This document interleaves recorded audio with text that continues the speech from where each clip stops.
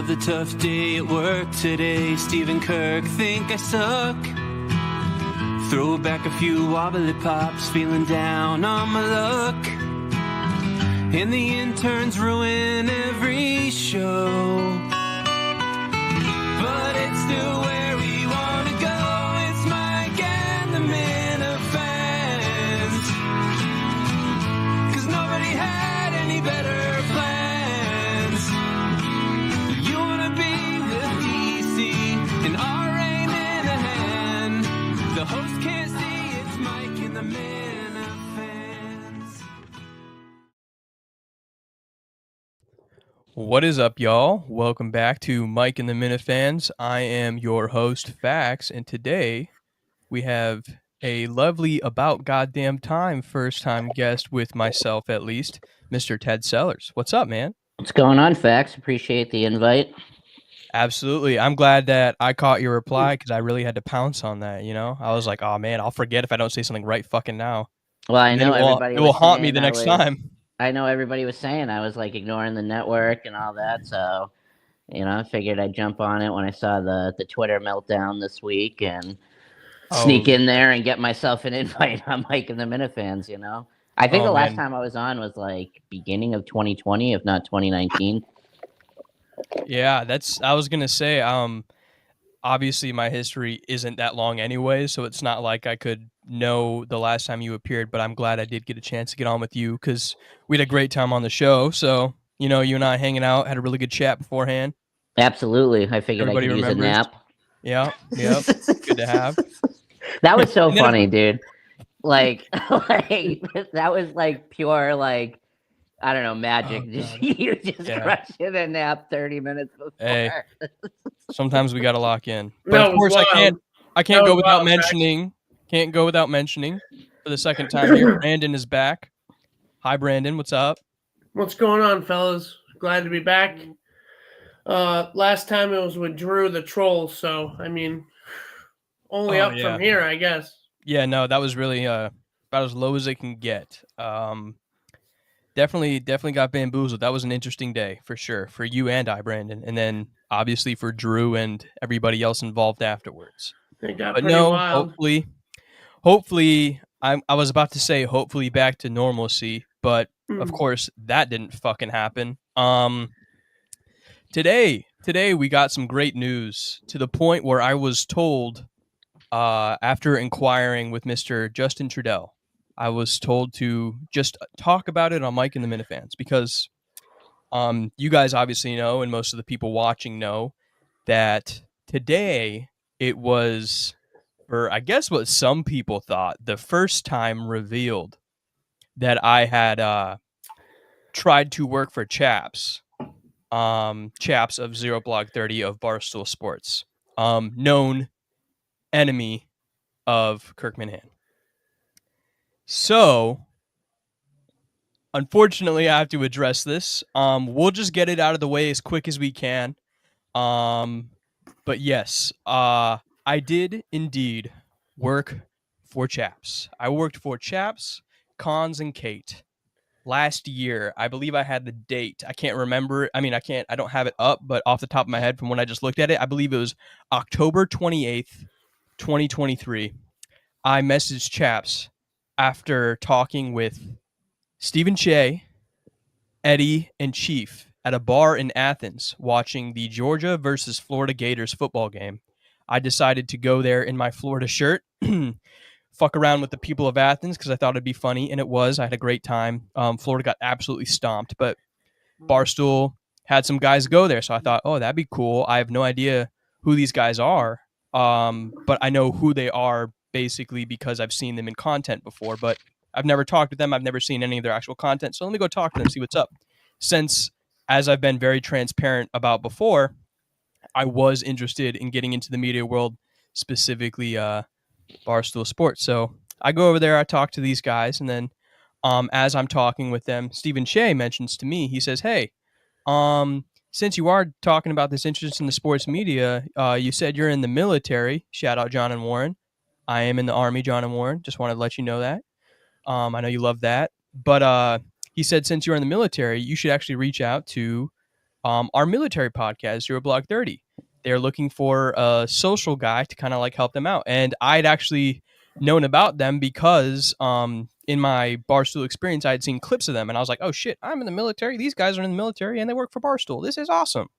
You know, that's probably what 80% of the people who watch the content think. So I reached out.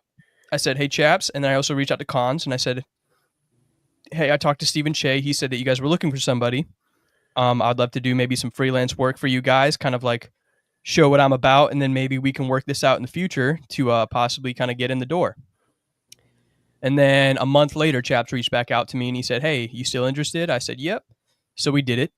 And from November to, I want to say, it was after March Madness. So I want to say like April of the next year, I worked for Zero Block 30. I would you can see it on their Instagram.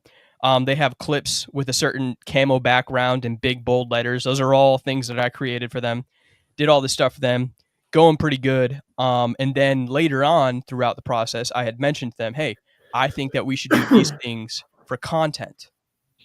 I think we should do like, hey, ruck with Barstool people. Hey, do a Army fitness test versus the Bussin' with the Boys guys. NFL versus Army. It'd be funny, blah, blah, blah. Cons loved the ideas. Chaps did not like the ideas. Then later on, I kind of like took a back seat after that. I was like, I'll go back to cutting clips. Then later on, I started editing their episodes because Chaps was overwhelmed, helped the dude out. Then he didn't know how to work fucking Dropbox, which is the simplest thing to work ever. He couldn't figure it the fuck out. So he said, oh, this isn't working. And then I said, all right, let me back off. I won't edit. But then he said, hey, edit this one. And I just begrudgingly obliged because I didn't want to be rude or anything like that. This is a job I really wanted. I didn't want to step on toes. I just wanted to do my job and show that I could do it.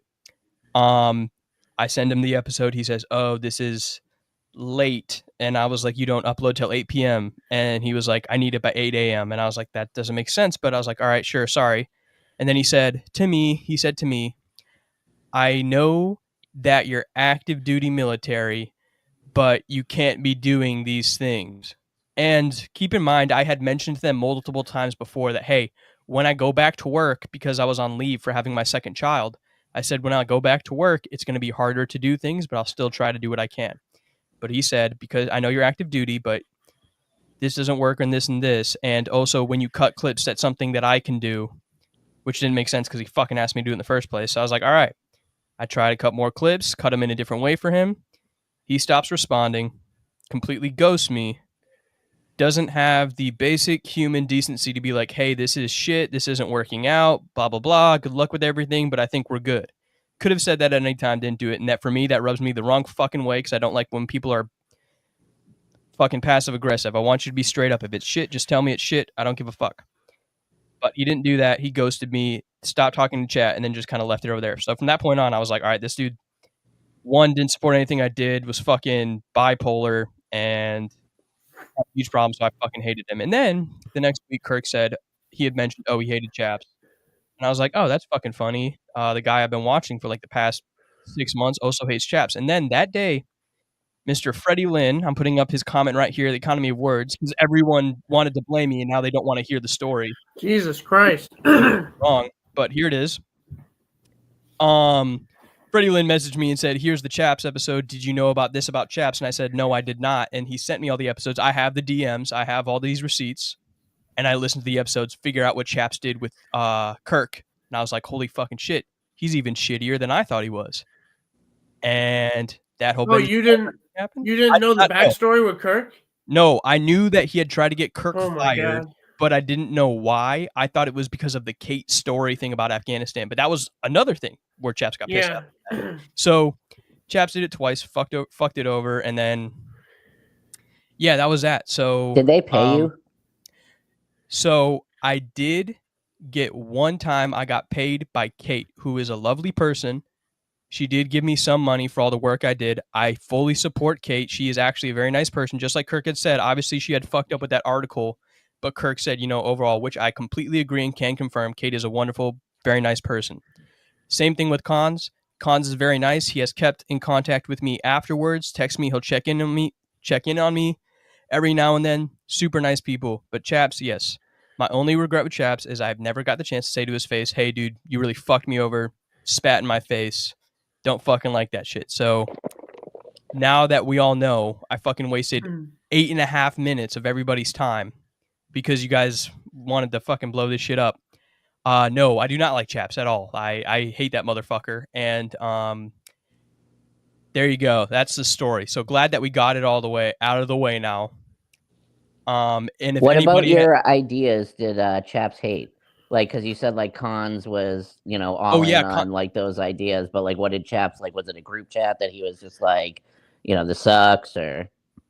Yeah, so Cons was like I said, Cons was very supportive of the ideas, and then when I brought them up, Chaps didn't like that I wanted to talk with other producers about, hey, do you think maybe this could work out? Because the way I saw it, I was like, oh, I lived near these guys, and I had the phone number for one of the Bussin' with the Boys producers when I talked about on the show with you, Ted, where I met them in South Carolina.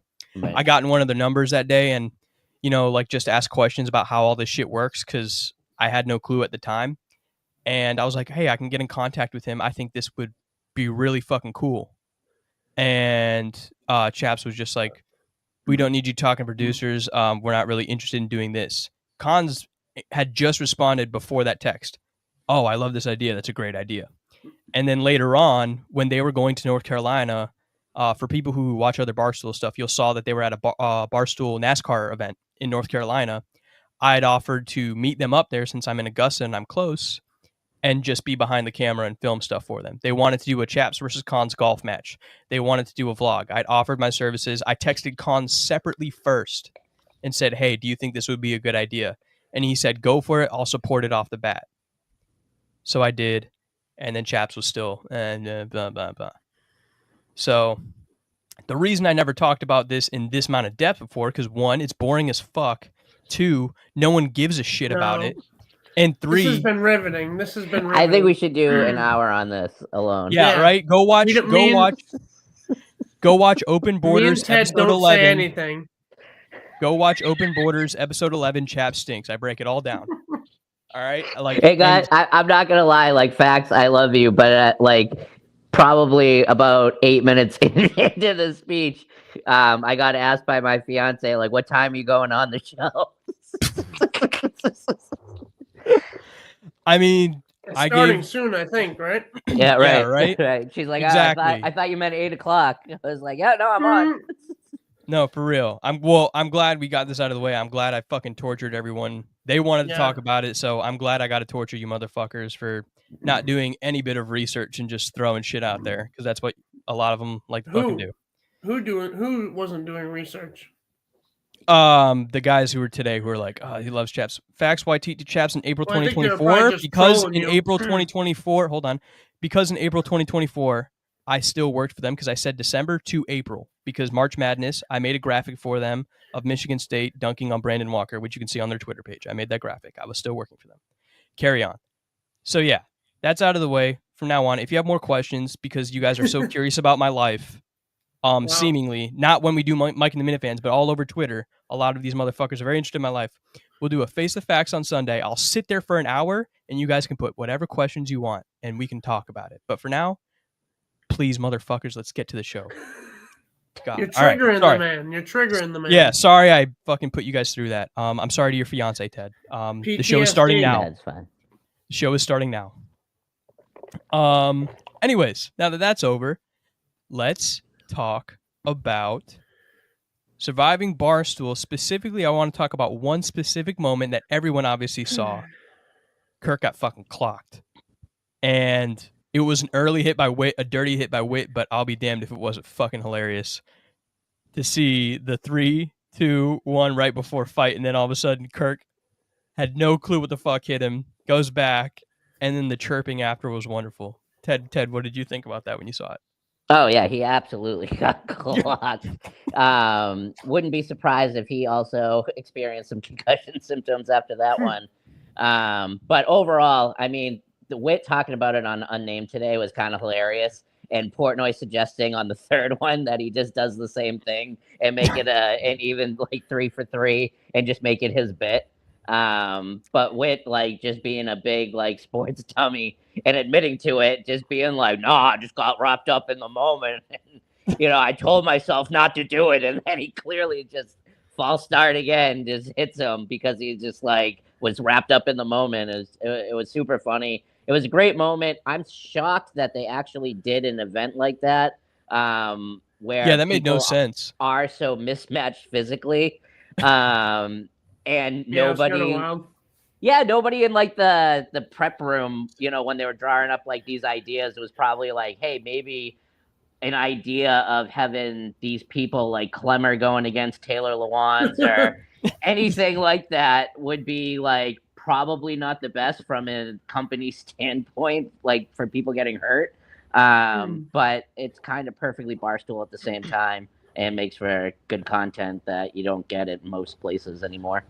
Absolutely. I agree. Objectively a great show. I feel like anyone who disagrees is just trying to be contrarian because it is a great show. Brandon, how do you feel about it? And also, go ahead and talk about how you feel about the show's going for Kirk in general, too. You think he's doing pretty good other than getting absolutely fucking rocked by Whit? It's been a good show. I thought it was crazy how Kirk said today that he flinched on purpose. Before to get Whitney, like a false start almost in football. That just shows like his competitive drive, and he'll do like anything he can to get like a small advantage because he knew he was fucked. I have to go back and actually see if that happened because I didn't see that flinch. And then when he said it today, I was like, is he just trying to like? Oh, you think he's making it up? No, I don't know yet. So more to follow. But I thought when I first heard it, I was like, I didn't see it, so I guess I have to go back and look. I haven't seen the tape since then, though. And I think it was good content, but I think his shit was a little played up. Like, I think he was mad, but he was like trying to make a moment. That's why he was just absolutely freaking out. I mean, I think he was probably pissed, but he was playing it up for the camera a little bit too. I think that's kind of the show too, though. Yeah. Like, they've been piping in those clips from last season, especially Rico Bosco and Kirk, like just flying off the handle constantly. And they showed the highlights of that ball game that they played last year, and Rico and Kirk just blew up at each other. So I think that's part of it, like that's why you watch. Like you have all these big personalities in a room, and they all do take it seriously. Like, does Kirk need $250,000? Probably not, but he's that person that would love to win and throw it in everybody's face. Yeah. He's so competitive. It doesn't even matter. Yeah, I mean, you saw it previously too, Brandon, like what you were alluding to, playing it for the camera. Like, you saw it in the previous episode where he had the confessional talking about Clemmer, and he was like, Clemmer was talking shit, and I thought, fuck it, let's just ride. Let's get this going. Yeah, that was pretty good. I liked him going at Clemmer more. I'm not really sure why, but oh man. Just whenever he puts Clemmer down, that scratches the right spot for sure. And they were getting completely stomped in that game, and he just decided Clemmer is the target to take it out on. He was like, fuck it, let's do it. They put that fucking broad in, Megan making sandwiches to try to throw some muffins. That was crazy. Yeah, I couldn't believe that. I couldn't imagine. Equal opportunity. They were all seriously like, no, she wants it. And Kirk's literally like the only one looking around. He's like, I'm not trying to be a dick, but like, what are we doing here? But yeah. And then Dave Schrodinger was pretty fucking funny. That was one of the best parts of the episode, is Dave just shitting on her. That's what Portnoy used to be. Like, all this newer type of Portnoy. Yeah, up until that now. Was old school Barstool. Ted, what a wonderful transition layup. Yep. Thank you so much. You're welcome, man. You're welcome. Speaking of the best in the business. Old and new Portnoy, yeah. We'll obviously get into the meat and potatoes of this week right now. Kirk got fired for roughly 4 minutes. And we found out today it was solely because what everyone thought was a very easy throwaway line. Anyone, even Brianna Chicken Fire fans, if however many there are, all 5 of them saw it as a throwaway line. But Dave was pissed enough to say, fuck you, what the fuck are you talking about? You're fired. Yeah, that's Ted, what would you think if that would have actually followed through? Like, what kind of backlash do you see that getting? Well, I don't know if you know this, but this is not the first time that Kirk has been fired by Portnoy. Correct. So this sales situation, thing as well. not this exact one, but similar situations have happened before. The best thing about their relationship is they seem to be able to blow up at each other, say whatever you want in the moment. They're both knee-jerk reaction type people. They go all in on whatever it is they believe. They get hot. And then they let it sit for, as you said, the 4 minutes that he's actually fired, get back on the phone with each other and go, all right. So that's kind of ridiculous. But let's really talk about it. Yeah, Kirk's biggest thing has always been, he's been the most consistent on one topic, and that is, do not tell me what I can and can't talk about. That's why he hated the way EEI ended. He promised himself he's made enough money in whatever business that he'd never work for somebody that could try to control that type of narrative. And for the most part, and Kirk said it on today's show, Portnoy has been the best boss that he's ever had that didn't do that until this moment where he decided to white knight for Brianna Chicken Fry. And who's to say what exactly the reason? You see all the rumors out there. It's not for me to speculate. You want to just go on Reddit and you can see what people are chirping about. But at the same time, it does seem kind of ridiculous that this is the one person that he's not willing to, hear any sort of what he views as disparaging comments. Yeah. But as you said, it was a throwaway joke. It wasn't even about the issue that he thought it was about. It was a Taylor Swift comment of her recording herself crying at the concert, or having somebody record her as she cried at the concert. And I'm sorry. Very sincere. She seems like she probably had a really tough year. A lot of people had a really tough year, but not everybody films themselves and put it out there. It's not fair for me to say because I'm not like a content person in my actual life. Yeah. So it's not like apples to apples where like I'm not recording myself crying on my bathroom floor. But at the same time, that's the life that she kind of chose and where she makes her money. So you can't jump in one thing and then kind of play the victim about it on the other end. So just not very consistent as far as that is concerned, in my opinion. Exactly. Yeah. And Brandon, for you, I guess to kind of like coattail off of Ted too, for backlash, if that like, say Kirk is just like, you know what? Fuck this shit. I'm not dealing with it. I'm going out and doing those new things. Like, what happens in your eyes? Does he try to do Patreon, some sort of payment service? Because obviously Patreon's expensive, as Dave said today. Maybe some other payment service, or does he just say, hey, we're good on this. I'm going to focus on this case thing, and we'll just work on that. What do you think? I don't think there's any way he would just be able to just go to the case and not absolutely go nuclear and have everyone go nuclear on Dave, because if I had a million guesses today to guess why he got fired, I would not have guessed that. There were so many other things, like maybe he thought he spoiled surviving. Yeah, like Kirk had maybe he said something about the CEO. I could not believe that. We're bringing one back. Ted knows about this. We're bringing back Davey Mouse. Davey Mouse. It's been a while. Davey Mouse from 2019, 2020. That I was so appalled today. I actually almost fell over. I couldn't believe that. For someone as a newer fan, and I don't really get that Twitter lore part, is Davey Mouse, was that in relation to his previous firing about putting out the sales stuff? I think it was more in general like because of that. It's because Dave got soft and he started like pulling punches, and Kirk was calling him out for it. I don't know if it was one specific thing, and Ted might remember a little better than me, but it was Blind Mike related too. Like when they went to the Super Bowl and there was that whole. He didn't even want him there. Yeah, he didn't want Mike there because he thought he would ruin the upcoming merger with Penn National. He thought Mike was a loose cannon, and Mike and Portnoy obviously had the history that they had, and it led to like the famous Barstool Radio. Mike and Portnoy like yelling the phone call. So he didn't even want Mike down in Miami for the Super Bowl that year. So it was that whole thing. But Kirk, he called him Davy Mouse because he started changing like who he was as a person and saying what you can and can't say. But Dave kept saying he's the same person. He's the same person. He hasn't changed. And like Kirk was just shredding him for a while.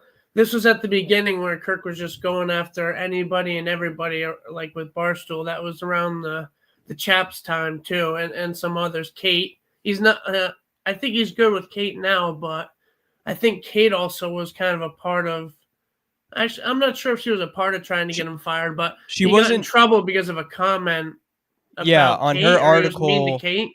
Yeah, because her article about the attacks on like some CEO or something, or no, it was Woj's comments that he had made. She had like made some like tone deaf article about it, and he said that it was stupid to make. And then I think also stuff about Afghanistan as well.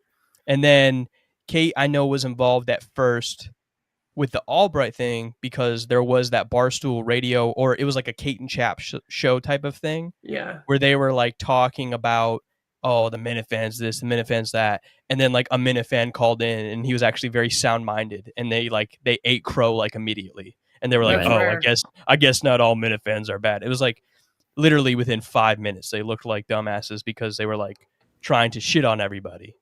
And like everybody, obviously, their instinct, and Kate probably fell victim to this, to like just take the side of whoever they do the show with, or they're military. Actually like, exactly. So, Chaps was obviously all in on his feud with Kirk, so she's just going to default taking his side because it's easier to do that, And then as the information unfolded and it played out the way it did, obviously Chaps ended up being on the losing end of that one. So. Yeah, exactly. Which I don't know if he ever like fully apologized to Kirk in that whole thing. He might have tweeted something, but I don't think he ever really. There was like a fucking quote tweet because once I learned about this Albright shit, I kind of really went pretty deep into it. Once Freddie showed me the episodes, I kind of like went through like Twitter and stuff as well. And Chaps had some fucking throwaway shit like, because Albright did some dumb shit again, and someone asked Chaps about it, and Chaps was like, "Yeah, Kirk was right the whole time about this." That's about as much as he said, which is just it goes to show that like that's who he is. He's like I ate crow because I tried to punch down, but I didn't realize I couldn't punch down on Kirk fucking Minihane, and that did not work out in my favor, and now I have to back up. Because that's what he does. He punches down. He thought he could punch down on Kirk because Kirk was new to Barstool, but he didn't realize who the fuck Kirk was, and then when he found out, all of a sudden he put his hands up and said, whoa, my bad, bro, because he fucking sucks up to people who he thinks are either at his level or above him. You see it with his relationships with other Barstool people. Another fucking point. That's why I didn't want to bring this up because I could go forever about it. But yes, fucking piece of shit. But also at the same time, because did you guys notice the theme of the FBI and Dave Portnoy both were mad at Kirk or talking to Kirk due to their lack of investigation into the content they saw? Obviously, it's a bigger deal for the fucking FBI, but still, I thought that was funny because he had just talked about how the FBI had basically been like, hey, we heard you were threatening this other CEO's life, but we didn't look into it. And then the very next fucking day, we see, Dave didn't look into anything at all and also was mad at Kirk. KMS also may be like the worst show to try to catch just like any 1 minute of. Oh my God. And try to take it within context or even just like not in context. And if you took a clip of any minute of that show and just sent it to somebody that's never really watched it, you would not be able to explain it in the moment and like what it is. He's getting in trouble for some of the most tame shit. Like, there's some way crazier stuff that he could actually, people could try to cancel him or come after him or the FBI. There's a death list Twitter account that is like pretty popular within the world. Kirk's, death pool, whatever. But you just read some of the deaths that he's switched upon people. Yeah, and Craig a lot. He doesn't remember any of them, but in the moment, like, it's hilarious. And, it's like an honor to be on that list, but nobody would, that's not a fan of the show, know, like, that's the case. What I do love about that list is every time that it comes up, I love to see how many times Coleman has been on there, because it shows Coleman and then parentheses the number is like, I think it was like at 8 or 9 or some shit, versus everyone else. I think the second place is like 4. Yeah, John and Warren, I think, just got to 4. Yeah, so and his dad got on the list. That's great. I mean, fucking rock and roll. That was, yeah. I love the Deadpool, and I completely agree. Especially if we're talking about things about the show that get you in trouble. To go to earlier this week, we could talk about an entire episode that nobody could listen to fucking 1 minute of and not think, okay, everybody here needs to be on a watch list, because poor Justin oh my God, decided to let everybody know about his extracurriculars, and the extracurriculars were brought up by Dave, right? The mistake was Justin decided to talk about it in detail. Ted, how did you feel about that whole scenario, and especially now that it's kind of like it's done, but still very much like all week it was like, so everyone's like thinking Justin's fucked up, right? That show was everything I love about KMS. Because before, I always, like, people don't usually know this, but I have to get to the studio like 3 hours before it starts, because Justin... I didn't know that until that day. I can confirm Ted is there. Like, I was there an hour early and Ted was there. Yeah, so Justin usually picks me up at 6 in the morning, the day of the show. Well, physically when we get to the studio, but right. he drives to my house, picks me up, and it's about an hour and 15 minutes because of traffic usually from my house to the studio. And I usually get there at like 7:30. So like I'll shoot the shit with Dave and Justin, and just like be like, hey, are there any like last minute things that I should kind of like research that you guys want to talk about, just in case I didn't catch whatever story it is that they want to bring up. So they usually give me like a quick rundown of like what we're going to talk about. And that day, most of the things that were on the rundown were not what drove the entire story of the show. We spent an hour talking about different jail pen pals that Justin should have. And then as soon as Justin goes to prove that he has quarters and nickels, at least $30 worth in his car, Dave takes it upon himself to mention that, oh, Justin's definitely lonely because he has all this porn on his phone. And then he even mentions OnlyFans. And I jokingly told Dave, like, as he was saying it, that he just did him dirty. And then Justin comes back and realizes that we've just exposed his OnlyFans habits. And then Justin, and like the greatest Justin fashion, just like thinking he's talking himself out of how weird it is, it just gets so much worse. And Kirk is the greatest at bringing that out of people in a way that they dig their own grave, and we all, like Mike, me, Kirk, we all get to just ask questions and make jokes about like whatever's happening. And it was awesome. It was so much fun, especially that last hour. That last hour was my favorite time I've ever been in studio. Yeah, that was amazing. I loved every minute of that. Brandon, how did you feel about the whole thing? Oh man, Ted, how uncomfortable were you to be in the same room as Justin at that time? I will say, like, I love Justin. I get along with Justin really well, but it felt differently getting in his car afterwards and seeing the Dave and Buster's SpongeBob cards, like 50 of them. And like all the Taylor Swift albums that line the door of his car, and I'm just like kind of like interesting. It's a different feel now, you know. Yeah. How much cum is on all those figurines and stuff in his car? That's the real question now. I'm gonna hope that there's none, but I will not touch them. Or turn on a black light. Good idea. Mike had probably my favorite moment though. It was like 40 minutes into this whole discussion, and you like we kind of checked our phones, and you can tell like we're like going long than what we usually plan for. Like usually it's like 2 hours 15 minutes kind of deal. We were like 2 hours and 45 minutes in, and Kirk asked Justin a question, and I truly forget what it was. But Justin answered like in the worst possible way. And Mike just goes, Justin, that answer is not going to get us out of here. And it was one of Mike's funniest moments, in my opinion. It was just so good. I was laughing pretty hard just when Kirk just kept going on and on about the braces and doing little digs at him, and Justin just kept digging himself deeper and deeper and deeper. It's Teen Titans, not Teen Titans Go. I'm not a monster. Come on. So they're upwards of 17. You don't have to jerk off when you watch Teen Titans. But it helps.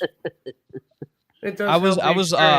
I was listening to this episode like driving back from like Florida because I had to go there quick, and so it's just like it's my 1-year-old in the back. So obviously there's no talking, there's no noise, nothing. He's just chilling back there. So it was just dead silent, just pure focus on that entire episode, hearing every single word, just talking. And being this similar age to Justin, because he's 28, I'm 25, we're pretty close. I knew what he was talking about with Teen Titans Go, all of that. I'm familiar with the era. And my one thing, like the way he could have diffused it from the get-go, was he could have just mentioned that there is an adult version of Starfire that at least would have softened the blow a little bit. But instead, he was doubling down about the outfit. And I was just sitting there in my car thinking, I was like, this is not the defense to have, because because being a little bit of a comic nerd myself, I know there's multiple DC animated movies of the Teen Titans as full-grown adults. Whole thing, he could have just said that to at least kind of soften the blow, but instead he just goes, yeah, I like the outfits. I was like, oh, buddy. No, the outfits are cute. He didn't say they're hot. He says they're cute, like it's a little kid. It was very creepy, but it was also hilarious in the same moment. That's what makes Justin great, though, is that he was so honest in the moment that he kept giving Kirk more and more material, where some people would just like try to hide it. Yeah, he just kept giving him more. I was like, "There's no way it can get any deeper," and it just went on and on and on. That was a great episode. I think I mentioned it too that day, that like he's so bad at like lying and trying to buy time. He's clearly like trying to think of like anything other than what exactly he's like trying not to say, because he pauses. He's like, no, I don't know who I pay monthly on OnlyFans. Like that is such a specific thing that you would absolutely know. Yeah. Poor guy. I think Justin's been tortured enough this week, so I guess we can move on to other things. Other guests on the show, though. How did you guys feel about Steve's in studio? Because this was his second time, I believe. I like Steve. He did pose that interesting question. I guess the last thing we'll touch on with Justin of like, what color is your sister's hair? That was a line that Justin clearly got pissed about, but was also pretty fucking solid from Steve. That was a good little one-liner. But you guys like Steve? Ted, how'd you feel about him? Yeah, I like him. I've DM'd a couple times with him just about the show, and I like people that obviously are like super fans of the show. They get all the references, and even his game I thought was pretty good. Like it's a good idea. Very well done too. Yeah, I thought Steve was solid and did his research, and totally fine show. I liked it. Yeah, it was a good just normal day. Obviously they talked about stuff about last week, but it was like a good normal episode of just like the banter between the boys, kind of shit that everyone kind of likes. Brandon, you like Steve as well? Yeah, he was good. That was a really funny game. I don't know why I was drawing a blank on who the fuck Steve was. I'm like, Steve. And I'm Steve, you're live to tape. Steve, you're live to tape. You got to use his full name. You can't just use his first name. I didn't know you and him were on that kind of level. Yeah. Steve and I go back. You're live to tape, my father. Yeah. Just call me Steve. Yeah, Steve and I are boys. No, Mr. I love him. Live to tape to you. I did him like on that he Twitter, stumped Mike with his own quote. Oh yeah, that was also great. He had some deep cuts. He had some deep cuts that were really good. It's funny too, like Mike never remembers anything from the show. Like Kirk's the same way. Like they never remember most things. Like Mike, when he got to the studio, was like, "We've been on the show together before, right?" I was like, "Yes, a couple months ago we were." And then he's like, "Oh yeah, that's right." There we go. Those two, and then for me, I get fucking chastised every time. But no, also every time that there's a guest like that comes in, whether it be Steve Your Live to Tape or even Freddie with like Fireside Chats, great show. Big fan. But and Ted, former guest as well. But for like that, when I see those like people like that, or even like Stacy from Madawaska's phone Twitter account, where they just have this encyclopedia of KMS trivia. Even on episodes that like I know that I've watched and they just know every detail, I feel like such a dumbass. And I'm just like, I'm never even gonna try to do that shit. Like it's not worth it for me to just try to think I know nearly as much as like people like those guys where they just have like all these deep cuts, all these inside jokes, all these little quips where it's like, oh, if you know the show, you'll understand this. For me, I'm like, I'm just lost. I'm just gonna try to adapt to today, and I'll catch up if I can, but it's probably not gonna happen. Did you ever do what Coleman like tried to do? I think you only got to like episode 13, but like you start at the beginning and then power all the way through. Yep. God, it would take so long. So I did that for like the first like 6 or 7 months that I was like fully kind of into the show. And then I think it was like a month or two ago, I watched Kirk's interview with Eddie. And I was like, I just wasted 7 months of my life. He just told me everything I needed to know in like an hour. Right. I was like, sum it all up. He sums it all up. He goes from like the beginning of him writing in like California all the way to now. I was like, okay, I could have just fucking listened to this and just been done. But yeah, no, I've gone back. I did try to do the Coleman method. It didn't work. But what has worked for me is Minifans. Other Minifans, they'll DM me like episode recs. And so I'll go listen. That's what I usually do now. And I put it all on a Spotify playlist. So that way, even if I like can only listen to one, I'll have others banked for later. So have you listened to Aunts vs. Ants? That's one that comes to mind. Fucking classic. I'm gonna put that one down. Okay. Aunts versus Ants. And I think that was like a 3.5 hour episode too. Back in the day, they were like he was ripping like 3-4 hours. 2019, 2020, they would just go for like 4 hours like it was nothing. No calls either. There was I forget what the episode is called because Ron recommended it to me. It was like the reindeer, something like that. It was the episode after Kirk and Steve had their tennis match.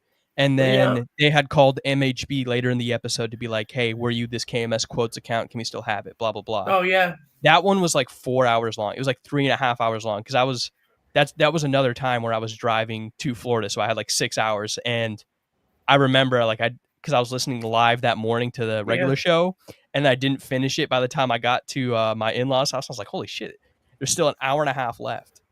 Those episodes were crazy so that's when I figured out. I was like, oh, you cannot do the Coleman method. Got it. They're all fucking 3 hours.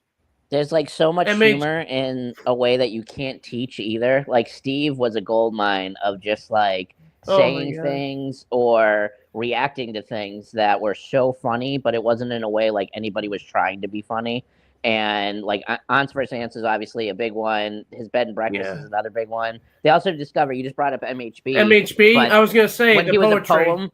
Yeah, the poetry. God, the poetry. Like them discovering the poetry is great. And then it brings on another discussion of Steve saying his favorite poem was like Sweet Home Alabama by Leonard Skinner. And like, it's just crazy.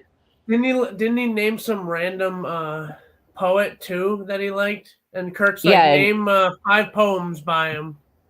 Something basic like Robert Frost or some shit. It was something like that kind of. That's some classic shit. And MHB, you got. I think he said the Bible. Some other great was episodes also, for you. He probably did.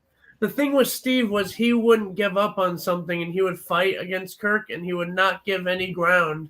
So they would just go back and forth and back and forth. And in those same messages that I was talking about earlier with Freddie Lynn when he had first kind of introduced me to the Albright episodes, I had said the same thing. One of my messages was like, hey, I've already listened to 5 minutes and I already love Steve because he's just like the banter that they had was great. And then I think my next message was, okay, I see why everyone likes the old episodes, why some people may not like it as much.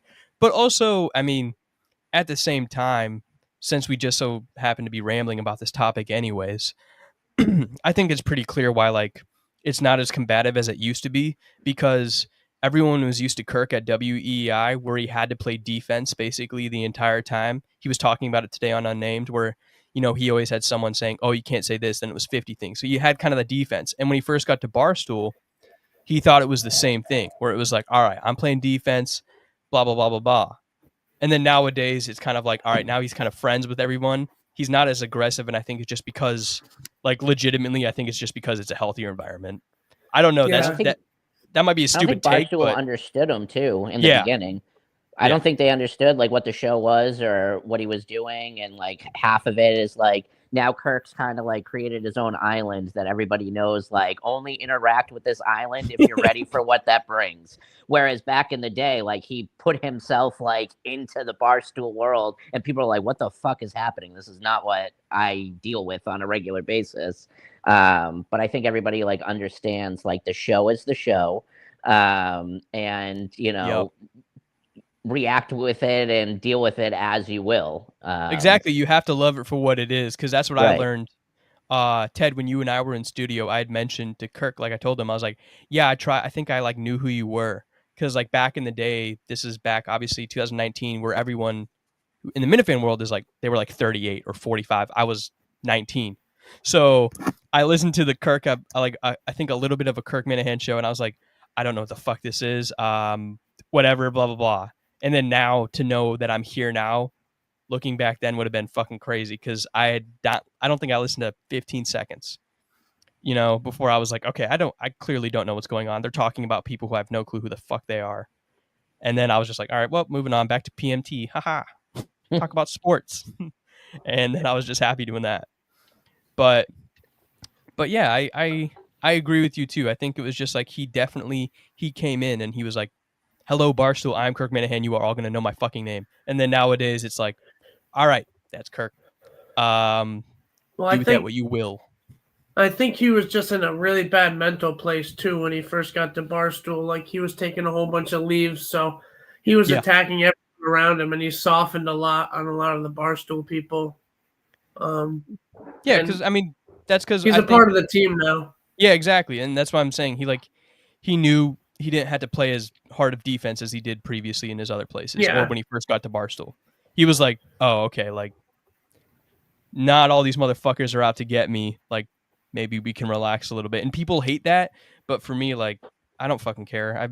I came into that world already. That's the Kirk that I came into anyway. So for me, it's like no difference. But to a lot of the Minifans, like you guys who have listened to him since WEI and like those days, it is a stark difference. But for newer fans, because there are a couple other than just myself, believe it or not, yeah, we kind of, like I've talked and shared that same sentiment where it's like, I haven't really noticed the difference, but it is really funny to go back and listen to when he was crazy. I do enjoy that. I think his goodwill with Barstool definitely changed after the K Marco thing too, because he was in the right and they actually took his side. And K Marco was like a day one Barstool guy. So that's like pretty big that they actually took his side when he was right, because they don't always do that. Like there are some untouchables there. And for a while, K Marco seemed like he'd be in that group, but he was very much in the wrong. And they actually took Kirk's side. So I think that was the validation he needed, that like, okay, Portnoy will side with me when I am right. And, you know, obviously he was. So. Yeah. Shout out Freddie following since Upper Deck. Dedication. Try hard. Back's big Willie Cologne guy. Not quite. Do you even know what that means? Yes, I do. I did see the breakfast show, and I did see the Willie Cologne versus Kirk on Barstool Radio. Two phone calls. Yeah. But like I said, and I've said multiple times, and I'll say it forever, if someone was like, quote the whole fucking conversation for me right now, I'd be like, yeah, I don't remember it that well, buddy. I looked at the video and I was like, this is funny. And then I moved on. I don't think I'm ever going to be like quotable as far as like the show goes. Probably maybe as I get more integrated, because keep in mind, I'm still only like just a fucking year in. But for now, don't ask me to quote shit. I won't know. There's too much content. Ted, there's just too much content to be able to remember everything. I forgot half this shit. and then Ted brings something up, and it starts, the gears start turning, and no pun intended, and stuff gets brought up from the past, and then I'm rambling, but dude, that's literally what it call has me been. facts. I was gonna say, since I became the host of the show, this show has become a fucking rambling hour for like a year. Like they chose the guy who had been listening to the show for like 5 months to be the new host of the main fucking recap show. They dug their own grave. We're here. We're rambling. I don't know if you know this, but Mike actually used to host Mike and the Minifans. Yeah. Yes. Believe it or not. When I did listen to old episodes, I remember. Too. The last time I was on, Mike was the host. Was he blacked out? No. I think he definitely was drunk for some of them, right? At the beginning, he was drunk for a bunch of them. He would have the wobbly pops, right? He had a couple wobbly pops when he was on back in the day. The last episode I watched, pre-Madawaska. Yeah, the last episode I watched was just all of the Minihane brothers. It was just oh my god. Yeah. Oh, I remember that one. That was a good one. That was good. Because I saw that thumbnail and I was like, "What the fuck?" Adam, Ryan, and Kirk. I was like, "Okay," and I clicked. I was like, plus Ryan call this week, by the way. Oh yeah, that was awesome. Oh my god, you cannot teach like how funny that was, and just everybody in the studio just like, nope, not that word. Nope. Even Mike's afraid to say that one. They named a smoothie at the place after him after that call. Yeah. Oh man. Yeah. I remember. Like I've come to expect that every time that Kirk calls Ryan, he's gonna nail it first try because like they're just like in sync like that. And so that's the best part. But to hear that left field answer was awesome. That was terrific. Great. And like I love when like Kirk is actually speechless for a moment. He's just like what? Nope. Oh yeah, not the one. I mean, speaking of calls today, like it's very clear that Cain and Abel's brother is like the best caller, new caller. God. Right it's now. a very funny caller. Very amazing. funny Way funnier than Cain. Yeah, that. I wish we could switch. Honestly, you're not a Caniac. Making Kirk silent for the second time in 1 week was crazy. Because Kirk, even today, he had to pause for like a solid 5 seconds, and he was like, "I don't know about that," and then was just like, fucking great call. That was I just want to hear that. Like, I need to hear every single Friday call-in day. I need to hear some fucking Cain is Abel's brother. That was great. It's definitely climbing the rankings of all-time callers. Ted, were you offended by it though? Is it ableist?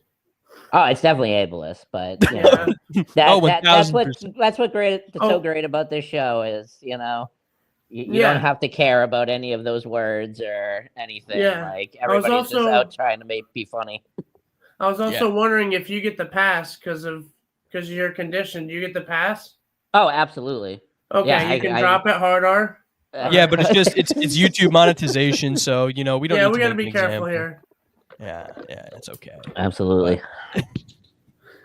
Was it I guess with the last thing we'll talk about too, before we get out of here, was there any other calls that you guys liked today? And also, I guess to just kind of wrap things up, for Kirk on surviving, because that is obviously the big thing. It's on Kirk's show every day. It's on Unnamed show. It's a part of every single facet of Barstool and Twitter. I'm making a fucking solid ass Kirk highlight tape for my own enjoyment. I can't wait. I can't wait. It's fucking hilarious so far. But where do you guys see this going in Barstool Survivor? Because when they split up teams, I thought him and Big Cat were going to be on the same team in the merger, and then that's where I thought it was going to happen. But they're on separate teams. So, do we think that Kirk might go like pretty far? I think he has to, unless there's some weird like crossover where somehow Big Cat affects the other team, from the opposite team. But yeah, it looks that way. Yeah, because him and Rico are on the same team, right? Kirk and Rico. Yes. Are they now? Yeah. So. Yes. Oh, that was a great moment too. He threw the pugil stick. Yeah. Yeah. Oh, there we go. Freddie Lynn just fucking stole my surprise. I think he spelled it wrong. Yes. No, he spelled it right. Nope, he spelled it right. That's how you spell it. Oh. C-U-M. Yep. Nailed it. That's only going to be part 1 though, Freddie. There's going to be like 6 other parts after that. But yes, I think Rico, I think him being on the team, Brandon, there might be some gravity to what you're saying. Where kind of Big Cat has that outside influence. That would probably be the only way, but I don't know. I mean, Ted, what were you thinking? Like, do you think maybe he could go farther than we think? I mean, I think that they're absolutely laying the groundwork that he's going to make the merger of everybody becoming like one tribe and going from there. But I think the groundwork in there is Big Cat is setting himself up to be a very sneaky player. Yeah. And trying to get a lot of the OG Barstool people, and even the people that they know. It's a good strategy, I will say. The people that a lot of the ones still left see as not needing the money already have that strike against them. So he's trying to get all of them together. But I can see him making Kirk the odd man out in that, and that's the drama that could be happening. Like he gets like Portnoy on his side. He gets like, maybe tries to get like Will to turn on him. I have no idea. Yeah. But we'll see. But Big Cat's definitely setting himself up as to be kind of a sneaky guy in the show, playing the game so far and having alliances with people. But he's going to turn on half those people in a second. If he without sees a it. doubt, without a doubt. And also, it has been great for me, like personally, as like a PMT fan. Shamelessly, great show. Obviously, #1 for a reason. But to see Big Cat nervous, that's good because he's been getting a little too fucking confident since he got to Chicago. And it's bled through the show as well. So for me, seeing him be like nervous and scared, I was like, this is good. This needed to humble him a little bit. I like seeing him on edge because he was getting a little too comfortable. So I'm interested to see how that plays out, especially with the Kirk thing. Whether it's bullshit or not, hey, Kirk did a hell of a job fucking writing the story. But if it actually does happen, I think it's going to be very interesting, both for Surviving Barstool and then the KMS show overall. Because you see, motherfuckers already are kind of like, hey, Big Cat, hey, Mass Cat, hey. So it's like, it's already kind of starting to leak in. I don't understand why half the people don't just listen to Kirk's advice though when they're trying to figure out like who to vote off. Like clearly going after people that have allies and a following is the strategy, and instead they'd rather just like play it safe and be like vote off Mincy and vote off this person. And it's like, why not go for people that once you merge, like they automatically have 3 people voting with them. Yeah, like that's who you need to go after. It's easier said than done though, because people are just trying to survive. So if you just say, "Oh, let's get Mincy," they're like, "All right, well, at least it's not me." They're thinking short term. They're like, right. And it takes some balls to try to knock off one of the big guns, but I'm guessing it's going to start getting really crazy because we have so many of the big players still left that it's going to get wild. I think it's been pretty good, but I think it's going to get insane. Yeah, I'm sad for my guy Clemmer. Oh yeah, that was tough. Dirty. That was tough. Oh. Hey, I was ready to go to the end. Yeah, pizza 4 forever. Oh, that was pissing me off so much. I was so happy that I was like, I'm just glad I don't have to hear that fucking phrase anymore. Oh, come on. It was amazing. Read that one, Facts. Read the chat, Facts. I was about to say Facts' wet dream happened when Will and Taylor joined Kirk's tribe. I already said this last night on the other show, Meeting of the Minds, but yes. I was very happy when I saw Will, Taylor, and Kirk all together. Shamelessly, I don't give a fuck. Yeah, it was fucking awesome. 3 guys I love. So, I mean, whatever. It's the internet. It's all fake. Anyways, thank you, gentlemen, for coming on tonight. Be on the lookout for other network shows. Obviously, we mentioned Fireside Chats with Freddie. Even across the pond with the Men's Minifan Network. I know he hates me, but hey, I'm all about joining together and loving. So, we got PR Chomps Wednesdays at 7. We have the Unrelated show coming out. Are you guys friends again? I'm still Hey, that was John and PRC. I was like, I think I made one comment because I thought it was a funny joke. I think I said like ad homo him when someone said ad hominem, and I was like, I fucking nailed that, and then I went away. But yeah, that was PRC and John. I'm fine. We're Colts fans, you gotta we stick together in some way. But yeah, like I said, make sure Menner's Minifan Network, KMS Network shows. Obviously, Robbie V happened already, but that's every week as well. Also, this is going to make Don the Jeweler very happy, and this is a big announcement to end on. You can't keep this going forever. So we are going to be finding a new host for Mike and the Minifans here soon. I feel like I've overstayed the welcome. Glad to do it, but with everything going on, are you big time in the network now? That like nope. Wow. Nope. Ted, too good for the network. I just don't have time anymore, guys. I got the call up to the big league roster. It will be purely because on Fridays I will be traveling to be a good father and husband and see my family, so I will not be available on Friday nights. Guy cuts one clip from the show. Priorities. Oh man, but I'm sure Don the jeweler is ecstatic. I will be ruining other shows for you now, Don, so suck that. Man. But yes, and then also Face the Facts on Sunday. You guys can ask me all the questions that have been burning in your mind. The comments are flooding with them, so I hope all you guys are there Sunday too to back up what you talk about here. You fucking jabronis. But yes, Ted, Brandon, thank you so much for joining me. Great episode, great time hanging with you guys. Good seeing you guys as always. And for the rest of y'all, yeah, absolutely, man. For the rest of y'all, we'll see you next time. Peace. Thanks. Peace. Yo.